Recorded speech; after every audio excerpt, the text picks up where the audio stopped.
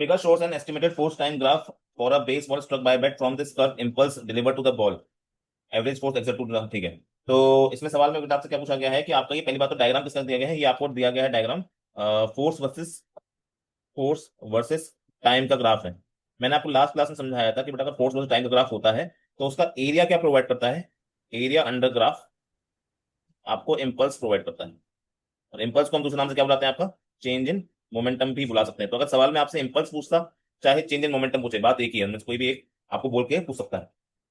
तो यहाँ पे हमें कुछ नहीं करना, हमें एरिया निकालना है बस। तो पहले पार्ट में आपको बोला गया है इम्पल्स निकालो, तो आपको क्या निकालना होगा बेटा, एरिया। एरिया क्या हो जाएगा, एक ट्राइंगल दिख रहा है, ट्राइंगल का बेस कितना हो जाएगा, ये हो गया 1, ये हो गया 2.5, तो ये हो गया आपका 1.5। और हाइट कितनी हो जाएगी बेटा, हाइट हो जाएगी 18,000 न्यूटन। तो इसका एरिया क्या जाएगा, क्योंकि ट्राइंगल है तो हाफ बेस इंटू हाइट, तो 1.5 इंटू 18,000 आपका ये हो जाएगा। ठीक है, इसको आप मल्टीप्लाई कर सकते हो, ये आ जाएगा आपका 1.5 इंटू 9,000। ठीक है, और ये हो जाएगा आपका 135 यानी 135, और एक जीरो हट जाएगा तो डबल जीरो, ये आपका Newton second. This will be your impulse. सवाल पूछ रहा है एवरेज फोर्स निकालो, तो बेटा जब भी फोर्स निकालना होता है हम delta p by delta T के नाम से सोचते हैं। डेल्टा पी को ही हम इम्पल्स भी बुलाते हैं, तो जे बाय डेल्टा टी हो गया। अब जे आपने फर्स्ट पार्ट निकाल रखा है, विच इज 13500। अब ये डेल्टा टी क्या होता है बेटा, ये होता है टाइम इंटरवल। तो ये जो एरिया जितने उसमें फैला गया हुआ है, यही तो क्या हो जाएगा आपको बेटा, ये तो आपका डेल्टा टी हो जाएगा। डेल्टा टी कितना हो जाएगा बेटा, यहाँ पे हो जाएगा 2.5 माइनस 1। ठीक है, कितने टाइम पे फैला हुआ था, कितने टाइम में आपका वो इम्पल्स आया था, उसकी बात हो रही है। तो ये 13500 डिवाइडेड बाय आपका 1.5, तो ये कितना आ जाएगा बेटा, ये आपका 9,000 न्यूटन निकल के आ जाएगा। इस तरीके से आप क्या निकाल सकते हो, जो एवरेज फोर्स पूछा गया है या इम्पल्सिव फोर्स पूछा गया वो निकाल सकते हो।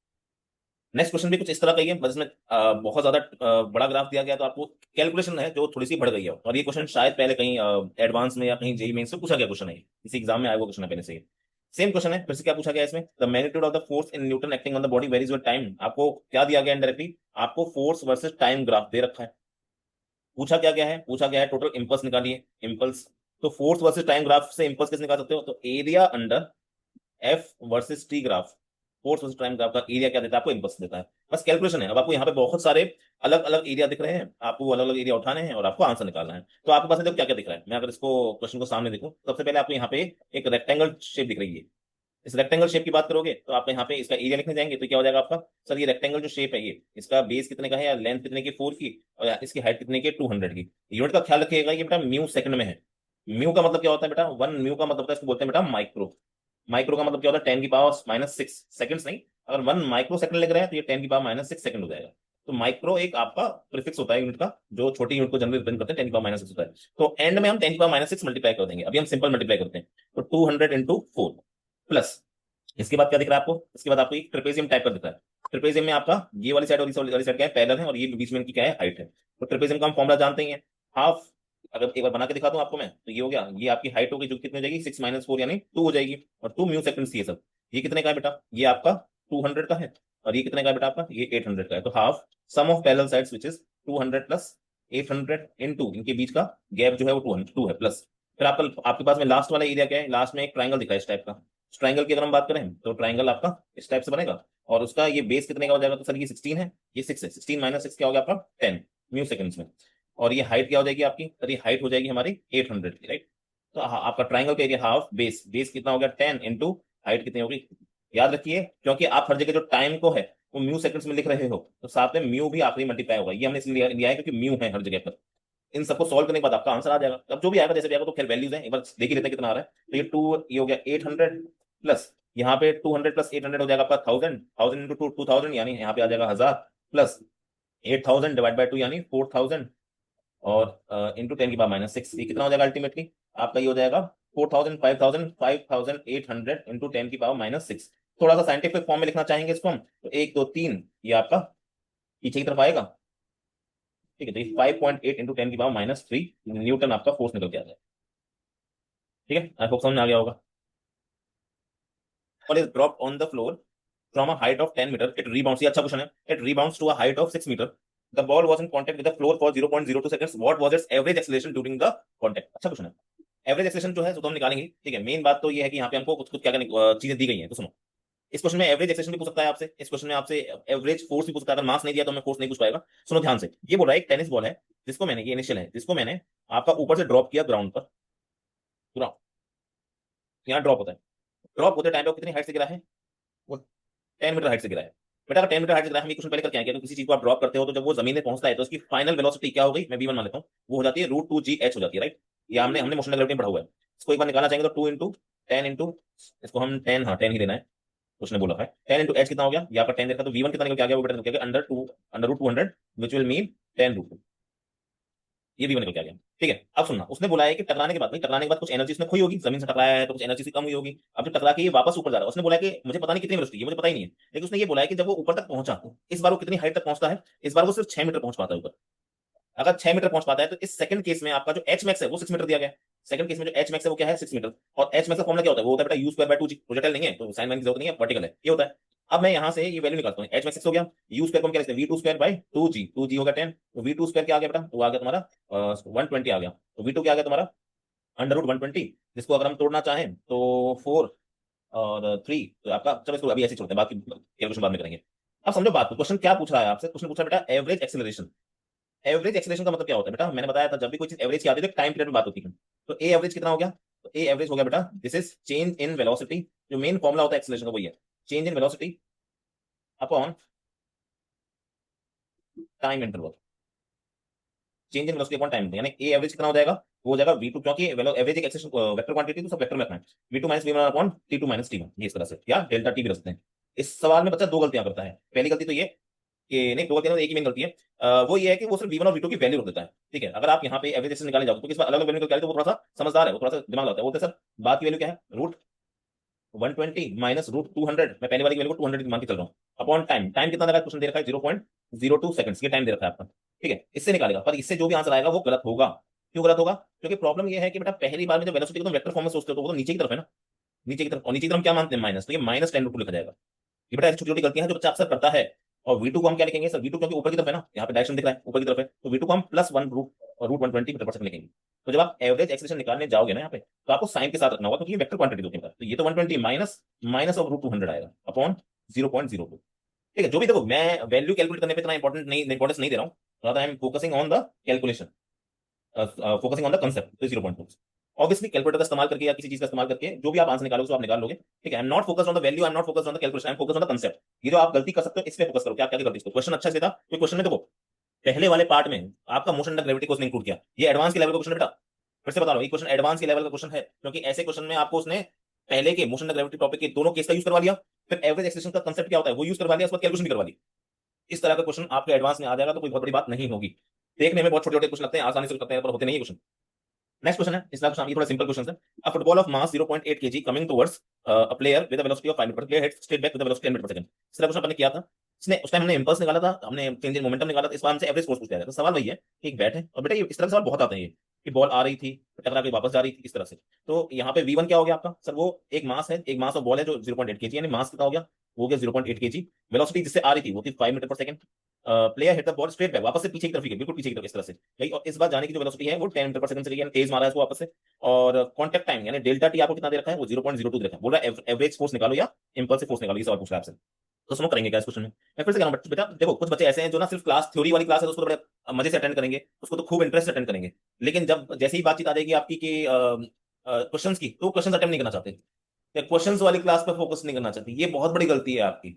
बेटा एग्जाम में आते हैं क्वेश्चंस, किसी भी एग्जाम में आते हैं क्वेश्चंस, अगर आप थ्योरी पढ़े जा रहे हो, रटे जा रहे हो, कंसेप्ट रटे जा रहे हो, जो कि वो भी इंपॉर्टेंट होता है अपनी जगह पर, लेकिन एट द सेम टाइम अगर आप क्वेश्चंस नहीं कर रहे हो, जब टीचर क्वेश्चन डिस्कस कर रहा है उसमें पार्टिसिपेट नहीं कर रहे हो, खुद से क्वेश्चन करके नहीं आ रहे, तो it is of no use कि आप इतनी अच्छी फिजिक्स पढ़ो, इतनी अच्छी केमिस्ट्री पढ़ो, इतनी अच्छी मैथ बायो पढ़ो, कुछ भी पढ़ो, फर्क नहीं पड़ेगा अगर आप क्वेश्चन ही नहीं लगा रहे हो तो। अब आपका यहाँ पे हम जानते हैं एवरेज फोर्स क्या होता है, सुनो तो पहली बात तो एवरेज फोर्स जो होता है सर उसको हम क्या लिखते हैं, delta p by delta T लिख देते हैं, राइट। अब डेल्टा पी क्या हो गया सर, वो होता है एम v2 - v1। बस सबसे बड़ी बात ध्यान वाली ये होती है, क्योंकि फोर्स एक वेक्टर क्वांटिटी है तो डेल्टा पी भी एक वेक्टर क्वांटिटी होगी, तो वेलोसिटी भी आपको वेक्टर के साथ देनी पड़ेगी। बस बार बार एक ही चीज बोले जा रहा हूं मैं, यहां पर मेरे कहने का मतलब ये हो गया कि आप v1 को क्या लोगे, v1 क्योंकि पॉजिटिव साइड दिख रही है ना, उसको आप लोगे +5 वैल्यू के साथ में, v2 को क्या लोगे आप, ये क्योंकि पीछे की तरफ है तो इसको आप माइनस माइनस 10 आपको लेना पड़ेगा, इनको लेके ही आप वैल्यू रखोगे। तो जब एफ एवरेज रखता हूँ, अच्छा ऊपर नीचे डेल्टा टी भी आएगा, तो एफ एवरेज जब आप निकालने जाओगे यहाँ पे तो वो आ जाएगा एम, एम कितना है 0.8, V2 कितना है बेटा, वो है -10। सर जरूरी है कि हम हमेशा पीछे की तरफ माइनस माना करें? ऐसा कोई जरूरी नहीं है कि आप हमेशा पीछे की तरफ माइनस माना करो। इंपॉर्टेंट नहीं है कि अगर आपने पीछे की तरफ प्लस माना है तो आगे की तरफ दोनों डायरेक्शन अपोजिट है, एक प्लस होगी एक माइनस होगी। जनरली हम राइट वाले डायरेक्शन को प्लस मान लेते हैं। ये माइनस और माइनस क्या बन जाएगा, 5 बन जाएगा, divided by delta T. Time कितना दे रखा है आपको बेटा, 0.02 दे रखा है। यहाँ से एवरेज फोर्स आप निकाल सकते हो, 0.8। -10 +5 बन जाएगा ये, डिवाइड बाय 0.02। अब इसको सॉल्व करना है, तो सॉल्व करोगे तो ऊपर बन जाएगा आपका 40 × -5, यानी -200 न्यूटन बन जाएगा आपका आंसर। हमें क्योंकि सिर्फ वैल्यू चाहिए, तो फोर्स की जो वैल्यू होगी वो हो जाएगी बेटा 200। तो एग्जाम में क्वेश्चन बताएगा आपको कि आपको क्या चाहिए। सर इसमें V1 तो +5 था ना? V1 जो है +5 था। अच्छा सॉरी, मैंने, हाँ फिर आपने माइनस यस सर, माइनस +5 है। V1 +5 ही है, मैंने उसको माइनस माइनस कर दिया। तो ऐड हो जाएंगे सर, मेरी गलती है। गुड। तो ये -15 हो जाएगा, यहाँ -15 आ जाएगा। तो आपका 15 फोर जा क्या होता है, फिर 60 होता है। ठीक है, तो ये आपका सर सिक्स ये 600 निकलता जाएगा। गुड। इसका मतलब आप लोग ध्यान दे रहे हो थोड़ा बहुत। नाइस, वेरी गुड, मजा आया सुन के। चलो, a player catches a ball of 200 ग्राम, यानी मास आपको दे रखा है बेटा 200 ग्राम। ग्राम जो होती है बेटा ऐसे ही तो नहीं होती, केजी में कन्वर्ट करोगे, 1000 से डिवाइड करोगे तो ये 0.2 kg हो जाएगा। उसने बोला है कि उसने बॉल को कैच किया जो कि 10 मीटर पर सेकंड से आ रही थी। If the time taken to complete the catch, time कितना लिया है बेटा, 0.2 सेकंड्स लिया है। फोर्स कितना लगेगा हाथ पे, देखो। अब सवाल समझो, जब उसने कैच किया होगा अपने हाथों में ना, ग्लव्स में या किसमें भी कैच होगा, तो बॉल कितनी स्पीड से आ रही थी, वो आ रही थी बेटा 10 से आ रही थी, राइट। और प्रॉब्लम क्या है कि जब उसने कैच कर लिया होगा तो बॉल तो उसके हाथ में जाके रुक गई होगी ना, बस यही कैच था। तो V2 कितना लेना पड़ेगा, 0। ये सवाल, ये चीज समझनी थी आपको यहाँ पे। V2 को आपको कितना लेना पड़ेगा बेटा, 0। क्यों लेना पड़ेगा V2 को 0? क्योंकि जब उसने कैच कर लिया तो आखिरी बॉल तो रुक गई ना, आखिरी बॉल क्या हो गई, रुक गई। तो रुक गई तो V2 क्या हो जाएगा, 0 0 हो जाएगा। तो इस बार आपको साइन वाइन लेने की जरूरत नहीं है। क्यों साइन लेने की जरूरत नहीं है? क्योंकि देख बेटा, को बेटा अब आपको पहली बात तो पता नहीं कि जो कैच आ रहा था वो ऊपर से नीचे आ रहा था कि बिल्कुल फ्लैट कैच था कि ईस्ट की तरफ से आ रहा, कुछ नहीं पता। तो उसने कुछ नहीं बोला कि साइन के बारे में कोई बात नहीं करेंगे। साइन के बारे में बेटा हम तब बात करते जब V2 की कोई वैल्यू होती, क्योंकि V2 ऑटोमेटिकली 0 होने वाला है। तो आपको इस बार कोई डर नहीं है कि प्लस करना पड़ेगा कि माइनस करना पड़ेगा। जैसे पिछले बार की तरह आप साइन की गलती कर दी तो आंसर गलत हो गया ना, उसी तरीके से इस बार आपको कोई लॉजिक नहीं कि V2 -V1 करो तो एक तो 0 है ही। हाँ, लेकिन जब एवरेज फोर्स का फॉर्मूला लिखोगे अगेन, फॉर्मूला बेटा वही होगा, delta p by delta T. ठीक है, आप वापस से वो लिखोगे MV2 -MV1 डिवाइडेड बाय आपका डेल्टा टी। मुझे क्योंकि वैल्यू निकालनी है तो मैं मॉड मॉड लगा के पहले से चलता हूँ। याद रखिए, इस बार आपको साइन वाइन की चिंता करने की जरूरत नहीं है, क्योंकि दूसरी वेलोसिटी पहले से 0 है। तो इस बार आपको ऐसा कोई चक्कर ही नहीं पड़ेगा कि मुझे पहले ही वेलोसिटी को 0 रखना है, मतलब प्लस रखना है कि माइनस रखना है, कि ऐड होगा कि सब्ट्रैक्ट होगा, ऐसा सोचना ही नहीं है। तो मास कितना है, 0.2। V2 कितना है सर, वो है 0। -V1 कितना है, 10 है, डिवाइडेड बाय आपका डेल्टा टी कितने का है, 0.2 है। बस ये 0.02 को तो कट जाएंगे आपके आपस में, आंसर अल्टीमेटली क्या निकल के आ जाएगा, 10 न्यूटन ही निकल के आ जाएगा। मुझे वैल्यू चाहिए तो मैंने मॉड के साथ आंसर -10 आएगा, पर मुझे वैल्यू चाहिए तो मैंने सिर्फ 10 न्यूटन लिख दिया आपका। उस बेटा आपको दे रखा है 40 - 30 t आपको फोर्स दे रखा है, और बोला इम्पल्स निकाल के बताओ इसी टाइम इंटरवल 0 से t में। अच्छा क्वेश्चन है, तो सुनो। सर फोर्स को मैं क्या लिख सकता हूँ, फोर्स को मैं dp/dt लिख सकता हूँ, राइट। कुछ किताबें डेल्टा पी, मतलब देखो फर्क क्या है ना, दोनों में फर्क है, ये मैं पहले ही बता चुका हूँ आपको। या तो आप लिखते हो delta p by delta T, बच्चों को कंफ्यूज होता है ना सर, कब delta p by delta T लिखते हैं, कब dp/dt लिखते हैं। तो ये मैंने लास्ट क्लास में बताया भी था आपको क्या कब लिखते हैं ऐसा। तो मैंने बताया था आपको कि सर जब आपका, यहाँ पे बताया था, एक क्वेश्चन बताया था मैंने आपको, ठीक है ये वाला। मैंने आपको बताया था यहाँ पे कि जब आपका P1 एंड P2 अलग से आप निकाल सकते हो, you can find them separately. P1 और P2 को आप सेपरेटली निकाल सकते हो। एक सेकेंड, हाँ, जब P1 और P2 को आप सेपरेटली निकाल सकते हो, लिख सकते हो, तो उस केस में आप फोर्स लिखते हो delta p by delta t इस तरीके से। ठीक है, लेकिन अगर आपको as a function of time की बातें हो जाए, जहां भी फंक्शन ऑफ टाइम की बातें हो जाए, तो आपको वहां पे dp/dt लिखना पड़ेगा। क्योंकि इस क्वेश्चन में आपकी बातें जो चल रही हैं फोर्स की चाहे किसी की भी, वो as a function of time चल रही है। यहाँ पे तो as a function of time चल रहा है ना गेम। तो आपको इस बार फोर्स को इस तरह से लिखना पड़ेगा। नहीं, एफ को मैंने लिखा 40 - 30 टी लिखा मैंने, ठीक है। अब मैंने एफ को क्या लिखता हूँ, मैं एफ को लिखता हूँ dp/dt लिख सकता हूँ। ये 40 - 30, ये थोड़ा ठीक क्वेश्चन है, मैं फिर से बोल दूं, ये वाला क्वेश्चन थोड़ा सा ठीक है। अब यहां से मैं डीपी को क्या लिख सकता हूँ, डीपी को मैं लिख सकता हूँ आपका 40 - 30 टी। इस तरह के क्वेश्चन हमने काइनेमेटिक्स में मोशन में करे, dt लिख दिया मैंने। दोनों तरफ मैं लगाता हूँ बेटा इंटीग्रेशन का साइन। लिमिट आ जाएगी यहाँ पे टाइम की जीरो, क्योंकि यहाँ पे टाइम आ रहा है तो यहाँ पे लिमिट टाइम की आएगी। यहाँ पे आपका लगाएंगे तो यहाँ P1 से लेके P2 तक लगाएंगे, ये निकल के आ जाएगा P, इसमें लिमिट आ जाएगी P1 से लेके P2। यहाँ पे हम करेंगे तो 40t - 30t² / 2, इसका इंटीग्रेशन हो जाएगा, लिमिट जीरो से लेके टी। क्यों लगा रहे हैं जीरो से टी, उसने बोल रखा है क्वेश्चन में। इसको लिखेंगे हम P2 - P1, ये हो जाएगा आपका। इसको सॉल्व करेंगे तो ये 40t - 15t² ही आ जाएगा, जीरो रखोगे तो जीरो हो जाएगा सब कुछ। तो ये क्या होगा, डेल्टा पी। और बेटा डेल्टा पी को तो हम क्या बुलाते हैं, डेल्टा पी को ही तो हम इम्पल्स बुलाते हैं। तो यहाँ पे इम्पल्स ही कितना निकल के आ गया, 40t - 15t²। This is your what, this is your impulse. Impulse किसको बुलाते हैं बेटा, हम delta P, change in momentum को ही हम क्या बुलाते हैं, इम्पल्स बुलाते हैं। तो यहाँ से क्या निकल के आ गया आपका, ये इम्पल्स निकल के आ गया। कुछ टीचर्स को कुछ अलग तरीके से भी पढ़ाते हैं, वो बोलते हैं बेटा कि चीज देखो सेम ही है। वो ये बोलते हैं कि सर मैं जानता हूँ जे को हम क्या बोलते हैं, F × डेल्टा टी बोलते हैं, फोर्स इंटू टाइम इंटरवल का। तो अगर मैं डेल्टा टी को बहुत छोटा कर दूं, F dt कर दूं, और फिर लगा दूं इस पे इंटेक्शन का साइन, तो ये भी तो क्या बन जाएगा, ये भी जे बन जाएगा। वो सही है, गलत कुछ नहीं है। चीजों को अलग तरीके से बोलने का तरीका है, करना आपको वो भी यहीं पर है। 40t - 30t का क्या करोगे यहाँ, इंटीग्रेशन। वो इंटीग्रेशन करोगे वापस से क्या निकल के आएगा, ये निकल के आएगा। चाहे इस तरीके से करो चाहे किसी भी तरीके से करो, बात तो एक ही है ना। जो नॉर्मल रिएक्शन फोर्स होता है, नॉर्मल फोर्स मैंने आपको बता रखा है एक तरह का क्या होता है, कॉन्टैक्ट फोर्स होता है। जो नॉर्मल रिएक्शन होगा उस, वो कैसे लगेगा, नॉर्मल से जो एन होता है। तो मैंने क्या बोला था, जो नॉर्मल फोर्स होता है या नॉर्मल रिएक्शन फोर्स होता है, ये किसकी वजह से आता है, due to contact. Normal reaction force किसकी वजह से आता है बेटा, जहां भी कांटेक्ट होगा वहां पे नॉर्मल आ सकता है, राइट। अब आपको बस ये देखना है पहली बात तो कांटेक्ट कैसे कैसे है। तो पहले वाले सवाल में अगर हम बात करें, तो पहले वाले सवाल में आपका एक कांटेक्ट आपको यहां दिख रहा है, जो बॉल है ना उसके साथ में एक कांटेक्ट आपको यहां दिख रहा है, यहाँ पे, राइट।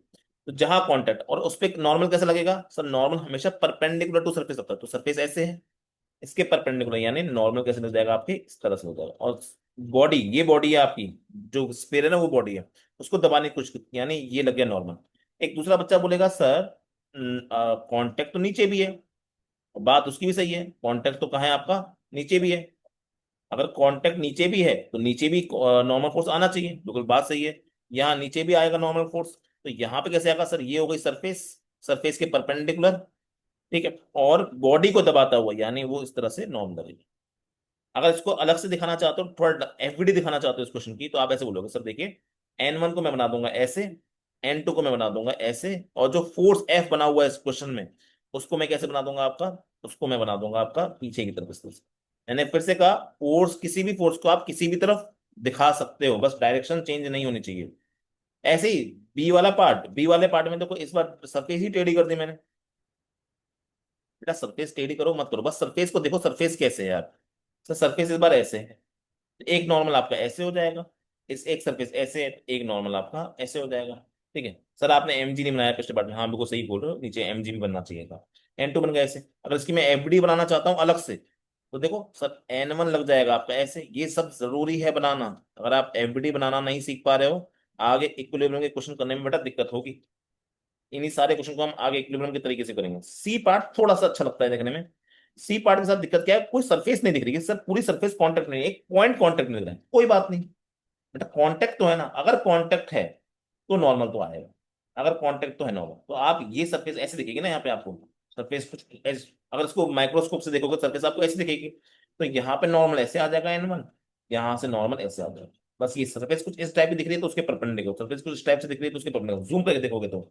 एफडी बनाना चाहोगे अलग से, तो सर यहाँ पे बन गया आपका N1 ऐसे, यहाँ बन गया N2 ऐसे, और नीचे बन गया आपका mg प्लस। तो ये बन गई इनकी FD. Thank you very much.